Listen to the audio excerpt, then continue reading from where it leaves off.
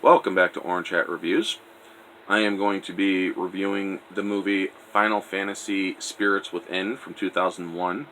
The cast of this movie was very well done. They had Ming-Na Wen from Agents of S.H.I.E.L.D., and apparently Ming-Na means enlightened, which is a pretty nice touch.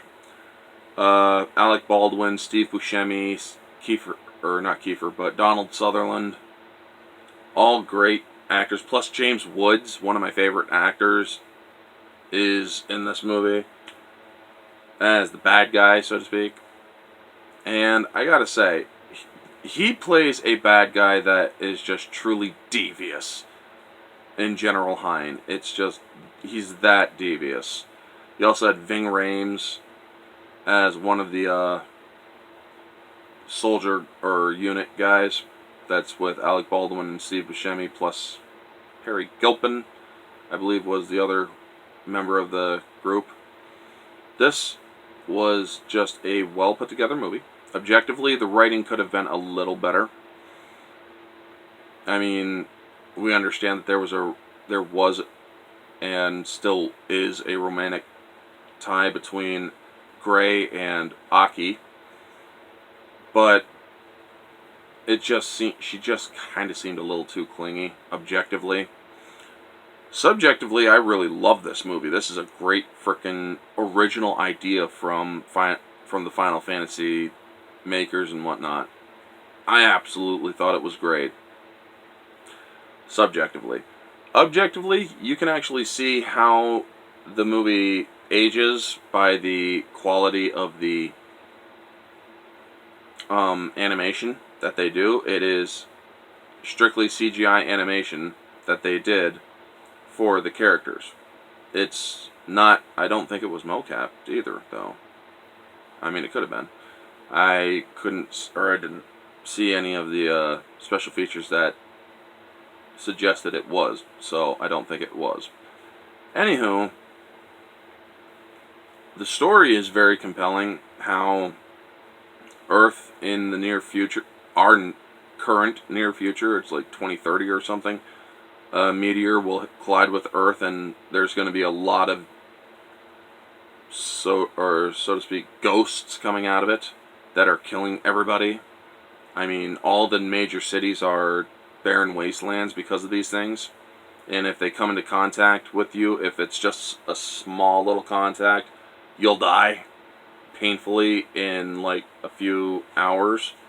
Or if they come into full contact with you, it literally just rips your spirit right out of your body and kills you. And it's like, oh damn, man, that's just horrifying. I love how some of the creatures were insect-like and some of them were dragon-like. It's very cool to see these things. Plus, there's humanoid-sized ones that, well, look like a mix of all sorts of different aliens.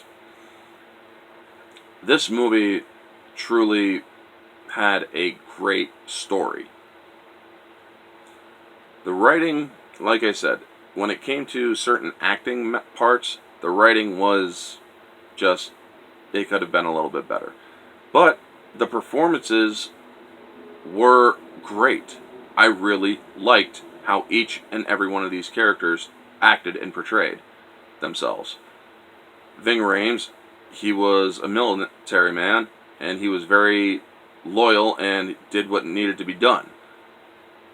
Aki Ross was a person she's a scientist looking for the spirits that are needed to counteract the threat from the meteor. And she is very steadfast in her beliefs, as is Donald Sutherland's character, Dr. Sid. I thought that Steve Buscemi's character just comes across as Steve Buscemi, even though it doesn't look like him in real life. But, oh my gosh, Steve Buscemi's character was just great. He's a horn dog. He's a horn dog. Now, some of the problems I did have was a little bit of the writing, where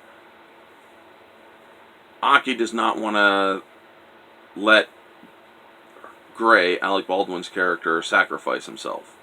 But she also realizes it does need to happen.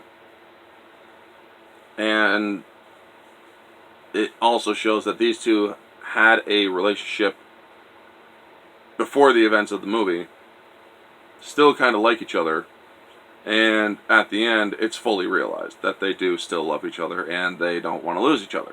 Well, sadly, one of them has to go. Gray's the character that has to go, and everything does turn out all right in the end. James Woods' character, he plays a villain in this movie that is so freaking well played. Because he also acknowledges that, fuck, I screwed up, but maybe I can use this to my advantage.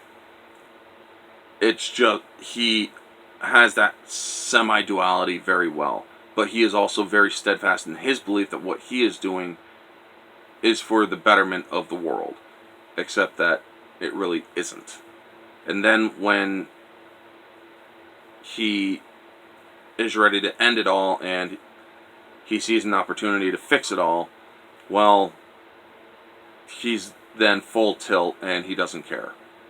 I mean, one of the last words he says is, "I'm going to blow you all to hell."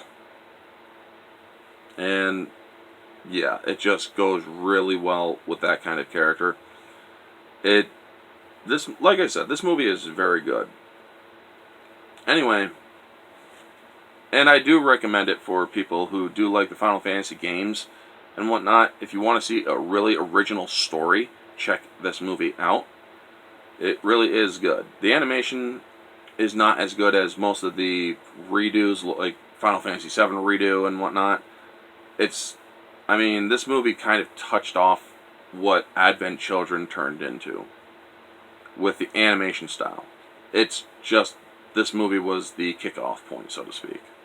And I think that it not existing, we wouldn't have great remake effects like Final Fantasy VII Remake. Anyway, folks, that is going to be the review. Objectively, I give this movie I will give it a 7 out of 10. Yeah, like I said, the writing could have been better, and the effects do show their age, but 7 out of 10, solid. It has heart, and it passes. Subjectively, it is definitely a 10 out of 10. I really enjoyed this movie. And moviegoer, if you are into the fantastical stuff like this, it's definitely a 10 out of 10. Anyway, folks, that is going to be the review. Thank you all for tuning in. You all know the drill. Like, comment, subscribe, share, all that jazz. Let me know your thoughts down in the comment section below. What did you think of Final Fantasy The Spirits Within? Did you like it? Did you not like it? Have you seen it? Let me know all your thoughts. Anyway, folks, this has been Orange Chat Reviews. Stay humble.